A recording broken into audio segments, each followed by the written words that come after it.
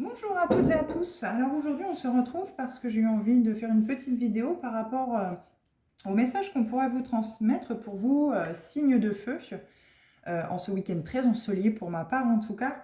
Et j'aurais voulu voilà, vous apporter des petits messages si ça peut être positif pour vous pour ce week-end, pour vous aider à peut-être avancer sur ce chemin qui est le vôtre et qui aussi que parfois on se laisse un petit peu emporter vers ce qui n'est pas fait pour nous.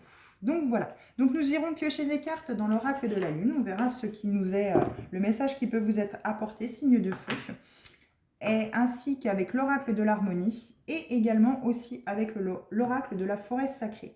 Donc nous allons voir les messages qui peuvent vous être délivrés et qui peuvent peut-être vous amener à prendre, à conscientiser, à prendre conscience de ce qui peut peut-être vous entraver dans cette existence. Alors c'est parti. Oracle de la lune. Donc pour les signes de feu, quel est le message que l'on peut leur apporter pour ce week-end, s'il vous plaît? Alors, signe de feu. Quel est le message oracle de la lune que nous pouvons apporter à nos signes de feu, s'il vous plaît? Signes de feu. Alors, nous en avons deux. 3. Je n'en veux qu'une. Il y en aurait eu deux, je dis pas. Mais là, je n'en veux qu'une. S'il vous plaît, une seule. Une seule carte. Ah, on ne va pas nous la donner. Si, ça y est, il y en a deux, mais c'est pas grave. Je vais quand même les prendre puisqu'elles se sont retournées. Je pense qu'elles voulaient vraiment venir. Elle est très belle, cette carte. Regardez, avec cette nature qu'on tient dans la main, cet oiseau libre comme l'air, et ce soleil. C'est entre le soleil et la lune. Hein. Ça a la forme de la lune, mais ça a les couleurs du soleil. Ça a l'air d'être très ensoleillé pour vous ce week-end. Avec cette petite coccinelle, elle est, je trouve, pleine de vie, cette carte. Je ne sais pas si vous la voyez correctement. Hop, je vais me recentrer. Voilà. Par contre, on a cette carte en opposition à côté, la carte 40, les ténèbres. Vous résistez à quelque chose qui est caché. Il y a des choses cachées en vous. Ouais, il y a une résistance. Et pourtant, cet arbre se tient droit devant cette lune qui est plus ou moins cachée. Il y a une éclipse. Ouais. Quelque chose pour atteindre justement ce côté nature, ce côté liberté vous est caché. Il faut aller chercher dans les ténèbres, à l'intérieur de vous, ce qui est caché, cette résistance que vous actez, que vous avez à aller voir à l'intérieur de vous pour chercher vraiment ce qui s'y cache. Alors, on va aller voir dans l'oracle de l'harmonie quel message vous est apporté. Alors non, pas du tout. J'en veux qu'une seule, s'il vous plaît. Pour les signes de feu, s'il vous plaît, une carte, l'oracle de l'harmonie, le message qu'on peut leur apporter. En complément de ces ténèbres et de cette résistance. Alors, les cartes ont envie de parler. Bon, je vais prendre celle qui s'est retournée comme ça. Elle n'a pas vraiment sauté, on a vision, priorité. Alors, il y a peut-être ce côté aussi que vous en faites peut-être trop avec les autres et il est peut-être temps de penser à vous. Contribution. Que pouvez-vous accomplir? Alors, nous avons ici résistance, ténèbres. Donc, comme on l'a dit juste avant, il y a des choses cachées, il y a ce côté ténébreux. Et il y a une certaine résistance à aller chercher dans ces ténèbres pour trouver la clé. Donc, histoire, reste-t-il des zones d'ombre à éclaircir? Donc, par rapport à ces ténèbres, il y a peut-être un travail intérieur qui a été commencé chez vous, signe de feu. Donc, ça concerne les béliers, lions et sagittaires. Il y a peut-être un travail qui a été commencé. Il y a une certaine résistance. Parce qu'il y a peut-être votre ego qui parle aussi. Hein. Il y a peut-être votre ego qui dit non, non, non, stop, stop, stop, ça suffit. Moi, je connais que ça. Va pas chercher plus loin. Non, non, stop, stop, t'as pas besoin d'en savoir plus. Il y a peut-être un côté à aller chercher chez un professionnel pour pouvoir vraiment conclure ce travail personnel que vous avez peut-être acté, où il est peut-être temps d'aller chercher justement dans ces ténèbres ce qui résiste à l'intérieur de vous, en vous, ces résistances que vous pouvez rencontrer peut-être régulièrement parce que justement, il y a une histoire là derrière, il y a des zones d'ombre qui sont à éclaircir.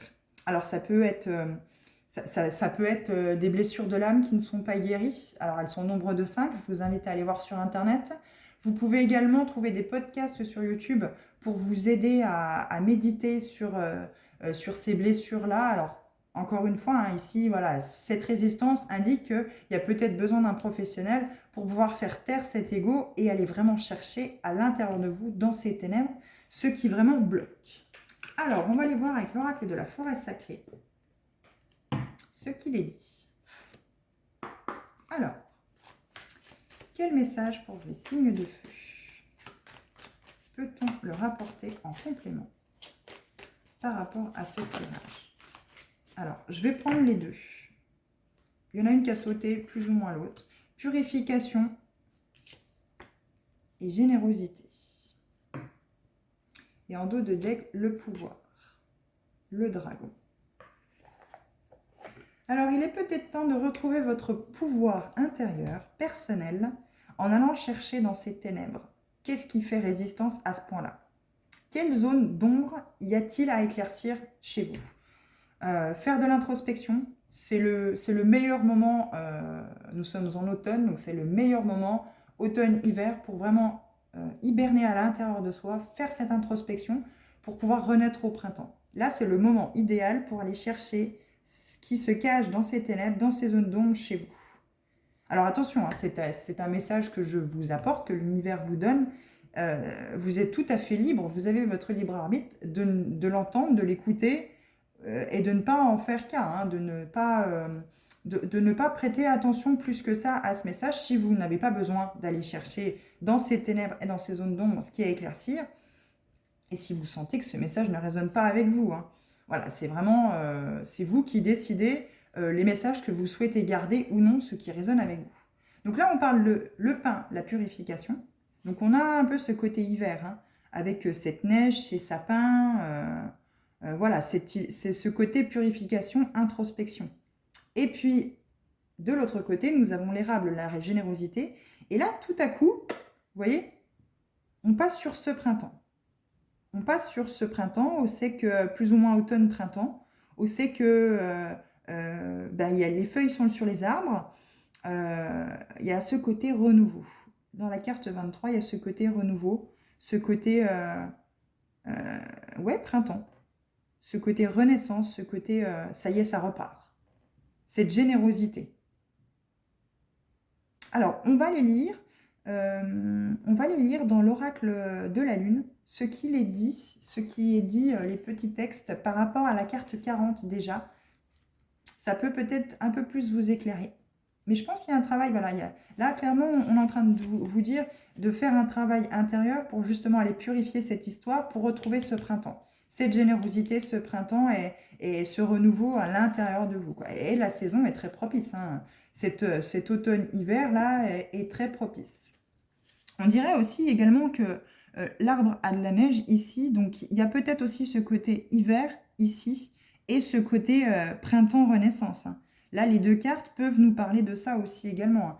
Il y a ce côté hiver-automne, automne-hiver, où c'est qu'il va vraiment aller falloir chercher dans les ténèbres pour purifier, voir ce qu'il y a comme zone d'ombre à éclaircir pour pouvoir arriver à ce printemps, enlever cette résistance et accueillir cette générosité qu'on vous offre. Alors, lune la plus longue, ténèbres. Vous entrez dans une période d'introspection, un temps plus difficile qui encourage le repli sur soi pour planifier le futur. Il est temps de faire un travail d'introspection sur vos parts d'ombre, ce qui vous bénéficiera plus tard. Ce qui vous bénéficiera plus tard. Libérez-vous de ce qui ne vous sert pas. Les ténèbres sont aussi nécessaires que la lumière. Une des peurs humaines les plus primaires est la peur du noir. Nous craignons ce que nous ne pouvons pas voir et nous craignons ce qui peut se cacher dans l'obscurité. En réalité, celle-ci est aussi importante que la lumière. Dans la nature, il existe de nombreux animaux nocturnes ne supportant que la lumière de la lune et non du soleil. Les nuits les plus sombres des cycles saisonniers sont propices au repli naturel en soi, à l'introspection et à la planification. Dans l'hémisphère nord, la lune la plus longue se produisait généralement mi-décembre, lors du solstice d'hiver, lorsque les nuits s'allongent et que les journées raccourcissent, le tout accompagné de froid et de neige. C'est pendant ces longues nuits que nous pouvons travailler sur nos parts d'ombre, réfléchissant soigneusement à qui et ce que nous sommes, identifiant ce qui ne fonctionne pas pour nous et ce qui pourrait nous causer des souffrances. Cela pourrait être une mauvaise habitude, un comportement destructeur, une peur inutile ou récurrente, ou tout ce qui nous empêche d'exprimer notre meilleur potentiel. Une fois ces aspects de nous-mêmes découverts, nous pouvons simplement décider de nous en défaire une bonne fois pour toutes. Sous cette lune, nous nous transformons. Et la pierre ou le métal associé à ces ténèbres, à cette carte 40, c'est l'onyx. Donc nous allons voir également dans la 25. Donc voilà, on vous parle bien d'introspection. Pour moi, cette saison automne-hiver est très propice, là maintenant, à vous mettre en introspection et aller chercher ce qui se cache dans vos parts d'ombre pour pouvoir casser avec cette résistance. Alors, 25, dernier croissant de résistance. Familiarisez-vous avec les manifestations de résistance en vous. Si la vie vous claque constamment la porte au nez, retournez-vous. Il y aura normalement une porte ouverte. La procrastination n'est qu'une forme de peur. Continuez d'avancer avec confiance et persévérance. Je traverse toute résistance et je suis en contrôle. Il existe 2 types de résistance. Le premier est celui que nous rencontrons quand des obstacles sont placés sur notre chemin. Par exemple, nous essayons d'obtenir un travail particulier dans un domaine précis, mais cela n'arrive pas. C'est une forme de résistance dite externe ou manifeste. La seconde est la résistance dite secrète, qui se produit lorsque nous souhaitons vraiment faire ou finir quelque chose, mais que nous ressentons comme un manque d'énergie. Celle-ci est plus sournoise. Toutes les formes de procrastination y sont comprises, comme la fameuse panne de l'écrivain. Lorsque nous sommes constamment distraits ou ne trouvons pas la volonté pour effectuer une tâche, nous sommes sous l'emprise de résistance dissimulée. Lorsqu'on veut se débarrasser d'une mauvaise habitude, d'une dépendance ou d'un vieux schéma comportemental, tout ce que nous souhaitons libérer lors de la lune noire et que nous ressentons des résistances à le faire, c'est que nous couvons une grande dose de résistance secrète. Nous devons combattre ce type de résistance comme nous combattrions un ennemi rusé et terrible. Nous devons lever nos boucliers et aiguiser nos épées et établir une stratégie pour nous en libérer. En fait, nous devrions la traverser. C'est une bataille que nous pourrions devoir mener plus d'une fois, mais nous serions résilients et vigilants et luttons avec courage, car la victoire en vaut vraiment la peine. Pourquoi résistons-nous à ce que nous disons vouloir ? Parfois, c'est qu'en réalité, nous ne voulons pas vraiment ces choses. Mais souvent, c'est parce que nous avons peur de ce qui pourrait arriver si nous les obtenions. Qu'est-ce que les autres vont en penser ? Allons-nous perdre nos amis et notre famille si nous réussissons ?